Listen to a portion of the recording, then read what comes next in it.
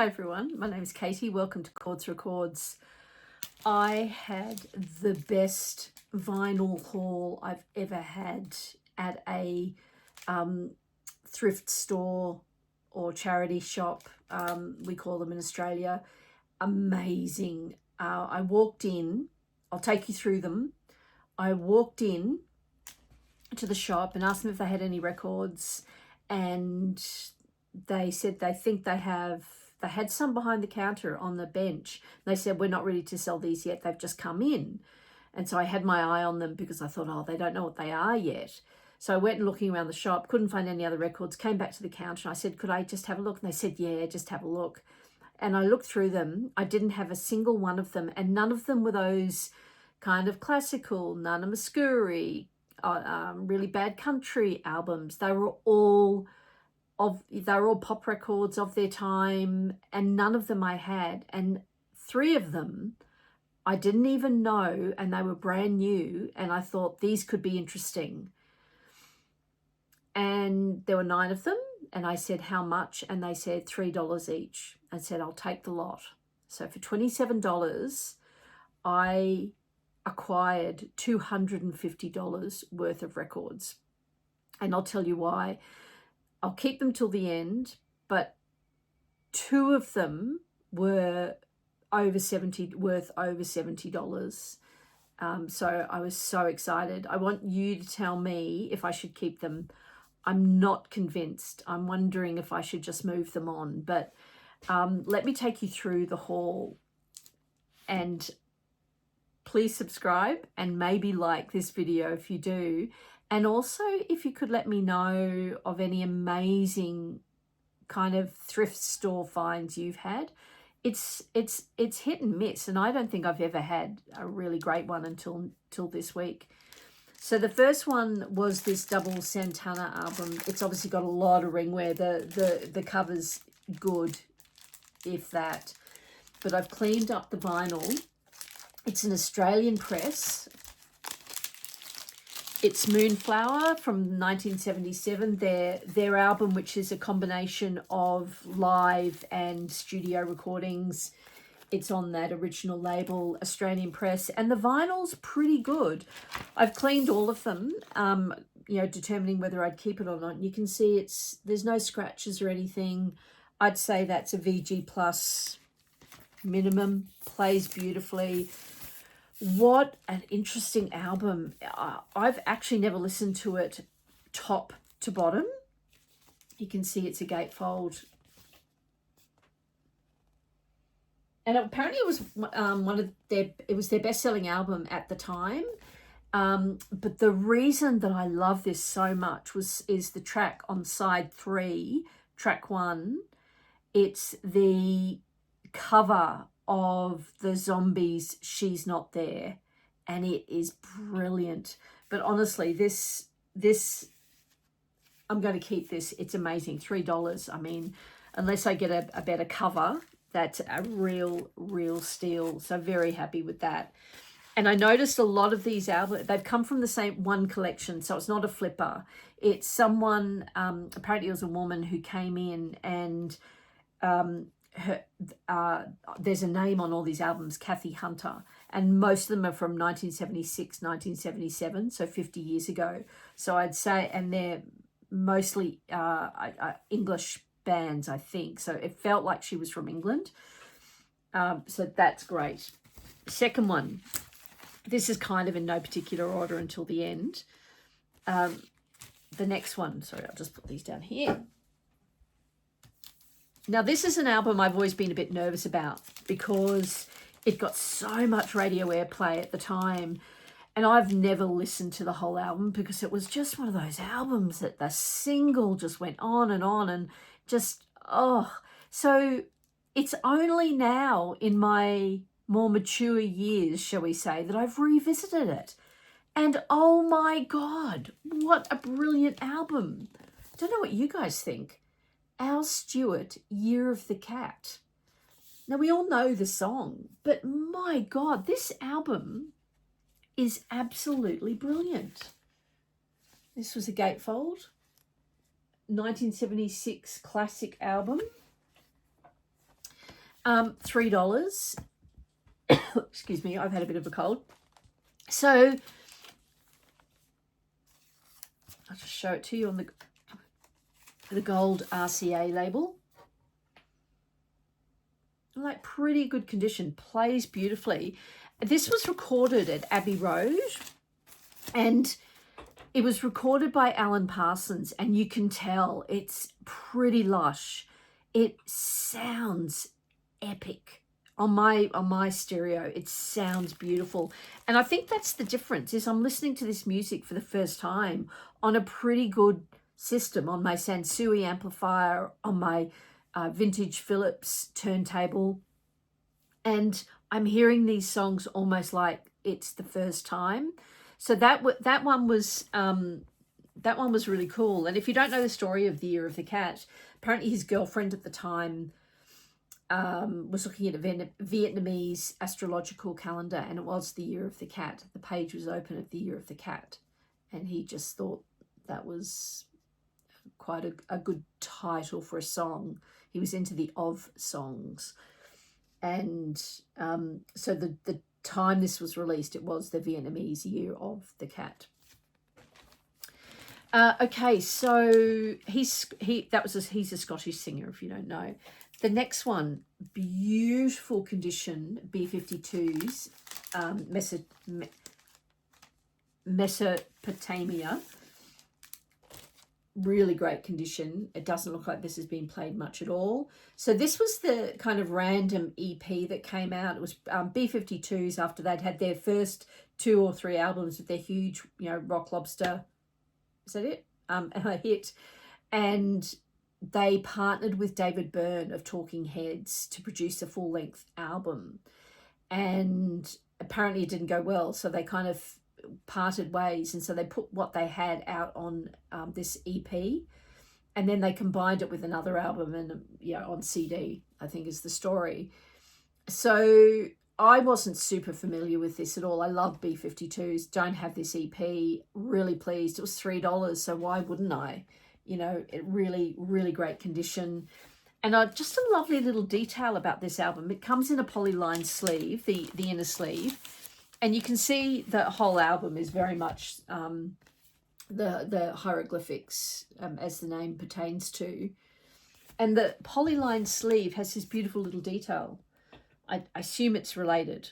It might not be. It might have nothing to do with it. Maybe you can tell me. But I thought that was quite good. Okay. The next one is a completely random one. And you may judge me. I'm not sure. But seeing as it was amongst the $3 records, I thought, why not? It is the 1979 sci-fi film, The Black Hole. So this is the storybook. What is this? The dialogue, music, and sound effects from the original motion picture soundtrack. And it's got inside 12-page full-color souvenir album. So you can see there's a bit of a booklet in there in the gatefold with pictures from the actual movie. And this was a Disney film, and it's actually quite an interesting story, but let's just marvel at that illustration. He was a famous sci-fi guy that did the illustrations. It was produced by written by Richard Landau, who he'd come off the Poseidon Adventure and the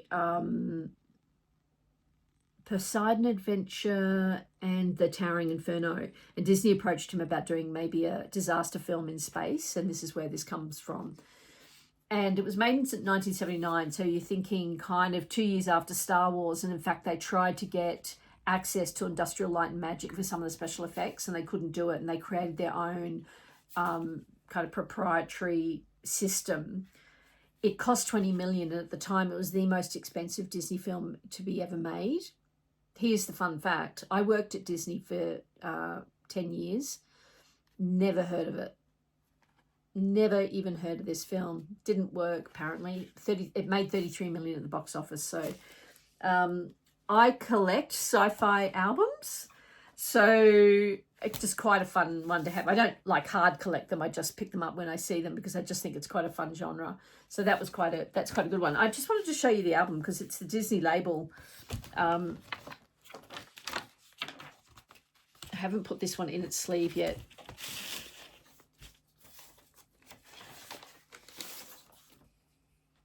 How retro is that? It actually looks like it's in quite good condition because probably people aren't playing a lot of John Barry, who was the John Barry from James Bond soundtrack fame. He was the score. Right, this next one is a heartbreaking album by Jackson Browne after he lost his wife and the mother of his child. And so after her death, this is kind of like a grief record, if you like. It's a pretty great record. It didn't have any super hits on it, but it had an all-star cast: Bonnie Raitt, Graham Nash, David Crosby, like a lot of people. And I think Lowell George is on here, and it sounds beautiful. It's classic Jackson Browne, but Jackson Browne for me can get a little, kind of just a little beige, if you know what I mean, just a little, you know, ho-hum. I do like him. I don't have any of his albums, to be honest, so I just thought, well, here's a whole bunch of albums for $3. Why not? You can probably get it for $3 on Discogs. Okay, this was a huge surprise for me. This one, not unlike the Al Stewart Year of the Cat. Prior to yesterday, I wouldn't have cared if I'd never heard this song again. It was one of those overplayed songs on kind of smooth FM radio in the 70s and 80s and probably now.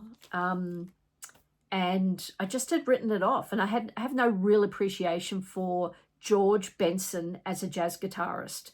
I'm super familiar that he was an amazing jazz guitarist and performed a lot of albums before his commercial hit A Breezin', but I've just never gotten into it. And I put this on again on my Sansui beautiful warm amplifier, and I was blown away. Tell me what you think. Am I wrong? This sounds amazing. Mastered by Doug Sachs from Mastering Lab. It sounds phenomenal. And what I love about it was the two singles from this album, Breezin' and This Masquerade, you would never hear on commercial radio anymore.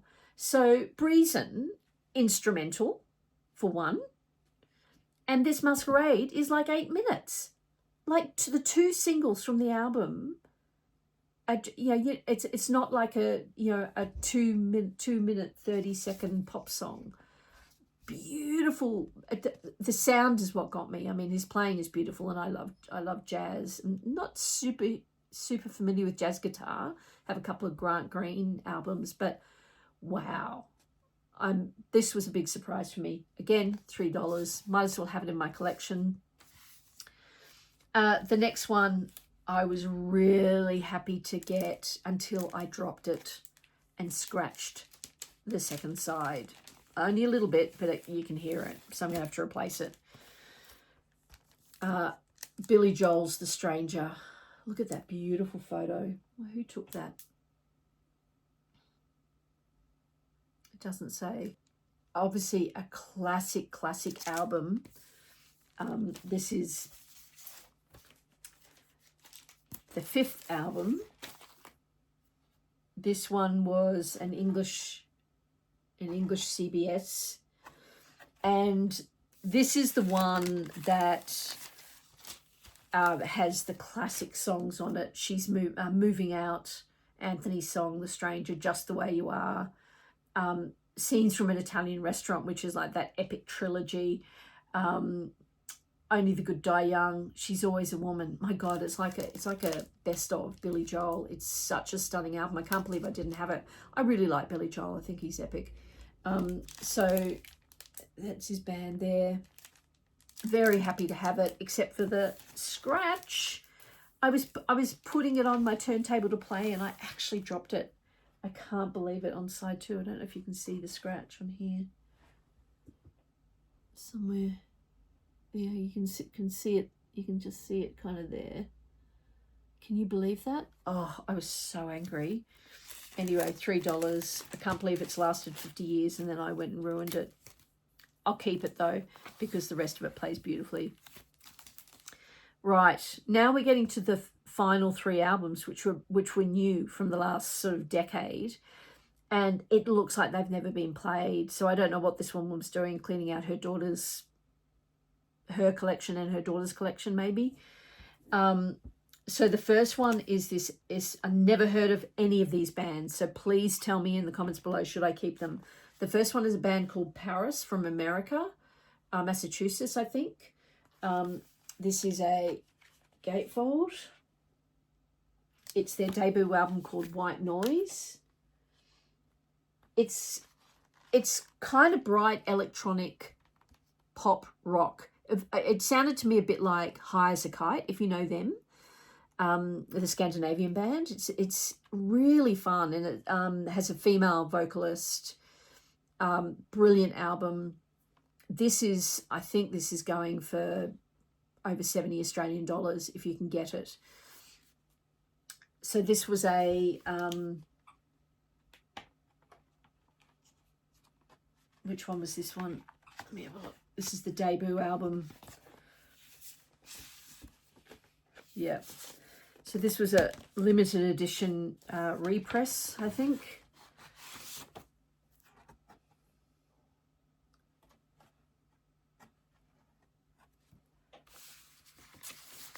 So that particular version, worth over 70, got it for $3. The next one is Two Door Cinema Club Game Show, another double album, but in a single sleeve.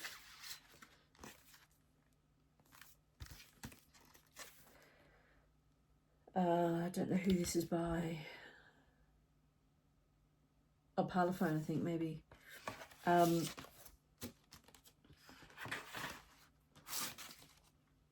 Just very generic. I haven't cleaned this one yet. And this album is probably, what would you call it? Synth pop. Apparently they were a little bit more punk, post-punk, but they came out in 2016 with this kind of synth pop album. It's great. Neither of these 2 albums, actually the first one I would listen to because I love High as a Kite. This one probably not so much. Maybe a precursor to 1975, a bit, maybe. I might be wrong there. And then the final album, Remember, for $3, is his 10th anniversary of this Where the Heaven Are We by Swim Deep. They released it last year, or no, 2 years ago on pink vinyl. 300 copies only. And there's only one for sale on Discogs, and the guy's selling it in the US for $124, I think it is. So that doesn't really tell you anything because it's never been sold. So what is the true market value? It's still up there. Might only be $10 for all I know. But again, this is kind of British indie rock, shoegaze type music. I really enjoyed this album. So I really enjoyed this one. Kind of not really that one. And then the Paris album I really enjoyed, and I will keep that. It's a great summer album. It feels like a great summer album as we enter into winter here. All right, that's my vinyl haul from a thrift store. $3 each, and all up worth around about $250 if you believe Discogs. All right, I'll see you in the next video. Bye.